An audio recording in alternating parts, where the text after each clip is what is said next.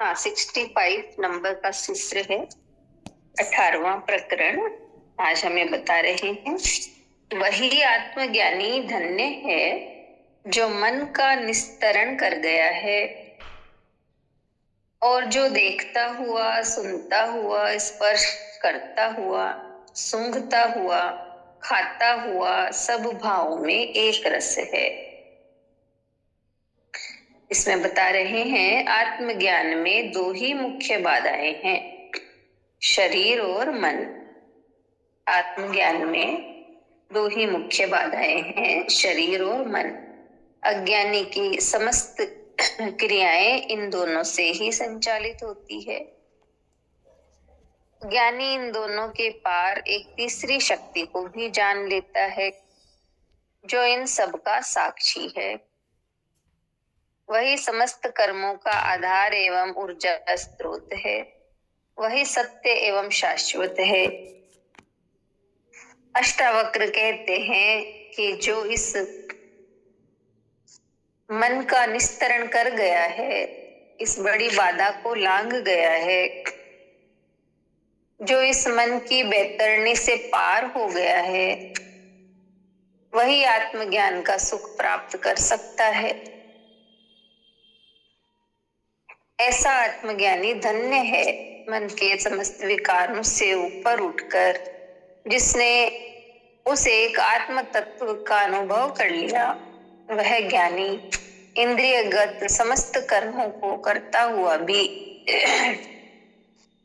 इंद्रियगत समस्त कर्मों को करता हुआ भी, यानी देखना, सुनना, स्पर्श करना, सूंघना, खाना आदि, उनके सब भावों में एक रस रहता है। ये कर्म स्वभावगत एवं वासना रहित होते हैं।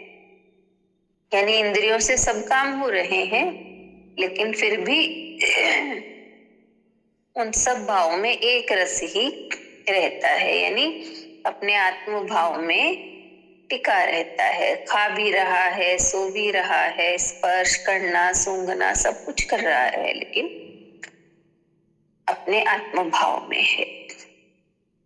तो इस तरह से हमें बताया है कि उसके ये कर्म स्वभाव से हो रहे हैं और वासना रहित है, यानी किसी चीज में उसकी वासना नहीं है। जितना मिल रहा है वो भोग लेता है, सब कुछ करता है, लेकिन और की चाहे वासना नहीं है उसके अंदर। इस तरह से हमें बताया कि आत्मज्ञान में दो ही बाधाएं हैं, शरीर और मन। और जो ज्ञानी है वो तीसरी शक्ति को भी जान लेता है। वो आत्मशक्ति है जो इन सब का साक्षी है,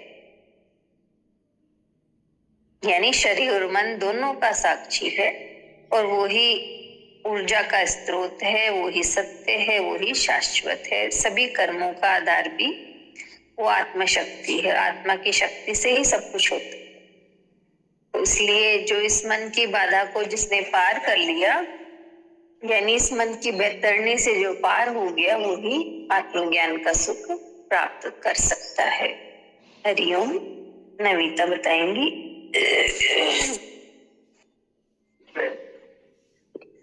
हरिओम पूजा।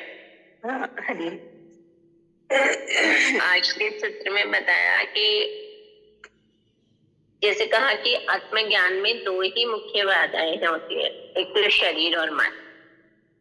और अज्ञानी जो होता है, कहा कि वो शरीर और मन से ही सारी क्रियाएं संचालित होती है उसकी।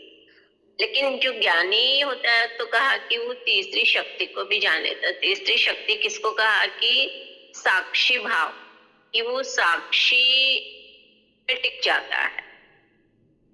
साक्षी होना ही कहा कि वो सत्य है, शाश्वत है।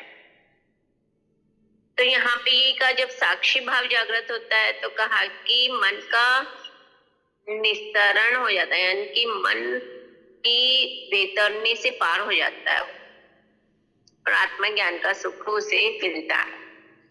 तो इस तरह कहा कि ज्ञानी जो है वो मन के समस्त विकारों से ऊपर आत्म तत्व का अनुभव करता है। तो इसीलिए कहा कि वह देखने में तो सारे कर्म करता है, कि देखता है, सुनता है, सब चीज, सब उसकी इंद्रियों से सब काम हो रहा है, जैसे कि अज्ञानी का होता है वैसे ही। लेकिन भाव क्या चेंज हो गया कि उसके कर्म जो है वो सहज स्वाभाविक हो रहे हैं, वासना रहित हो रहे हैं। तो वो सब भाव में एक रस में ही रहता, मतलब अच्छा बुरा ये द्वंद्व वाले से ऊपर उठ जाता है। तो एक रस का भाव सुन के एक सीन याद आ गया कि एक बार एक संत या गुरुजी के हैं, वो घर पे आए थे, भाभी जी के घर पे। तो इतने सारे पकवान बनाए थे अलग अलग तरह के, लेकिन वो एक ही प्याले में उन्होंने कहा सारा इसी में ही डाल दो। तो डालते हुए भी लगा कि इनको क्या ही टेस्ट आएगा, सब मिक्स कर लिया ऐसे। तो उनका भाव यही था कि उनको तो बस एक रस लेना है, मतलब ऐसे अलग अलग स्वाद नहीं चखना है। तो यहाँ पे यही आ गया कि उसके भाव में वो एक रसता आती है, कि उसको ये नहीं है कि ये अच्छा है, ये वैसा है, या कुछ ऐसा। तो ऐसा ज्ञानी की अवस्था हो जाती है। हरिये। हाँ, बहुत सुंदर, बहुत अच्छा। किरण आंटी आप बताएंगी? जय गुरुदेव दीदी। हाँ, जय गुरु। बहुत ही सुंदर से बताया, जैसे मन का दमन और समन दोनों सुना ना अभी। तो यही कहते हैं जो ज्ञानी होता है उसे ये सब करना नहीं पड़ता है, इंद्रियगत सारे काम कर रहा है। वो संसार में रह रहा है तो शरीर का लालन पालन, परिवार का लालन पालन, हमारे शरीर के भी 50 काम होते हैं। तो ऐसा थोड़ी था कि जो आत्मज्ञानी हो गया उसने सब छोड़ दिया।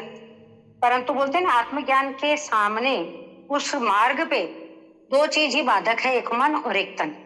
तन अधिक से अधिक सुविधा चाहता है और मन अधिक से अधिक इधर उधर से जानकारी बटोरना चाहेगा, मन प्रशंसा चाहेगा, मन हर समय किसी न किसी काम में लगा रहना चाहता है, बेचैन रहता है। इसलिए तो ये दोनों ही आत्मज्ञान के अंदर बाधक है, क्योंकि मन की चंचलता उसे एक जगह पे बैठने नहीं देती है। तो मन भी दूसरी बात जो हम सुने, आज संतमणि सुनते हैं, प्रवचन सुनते हैं, गुरुदेव की वाणी सुनते हैं, तो ये मन यदि ठहरेगा नहीं तो शब्द तो कान में गए, परंतु मन नहीं ठहरा, इसलिए कुछ भी चीज चित्त पे नहीं गई, क्योंकि मन के बाद वो चीज चित्त पे जाती है। तो यही कहा कि मनन करेंगे तो चिंतन भी होगा। न मन तो कहा ना, न मन सुना हमने कि मन ही न रहे, तो आत्मज्ञान की तरफ वो बढ़ेगा।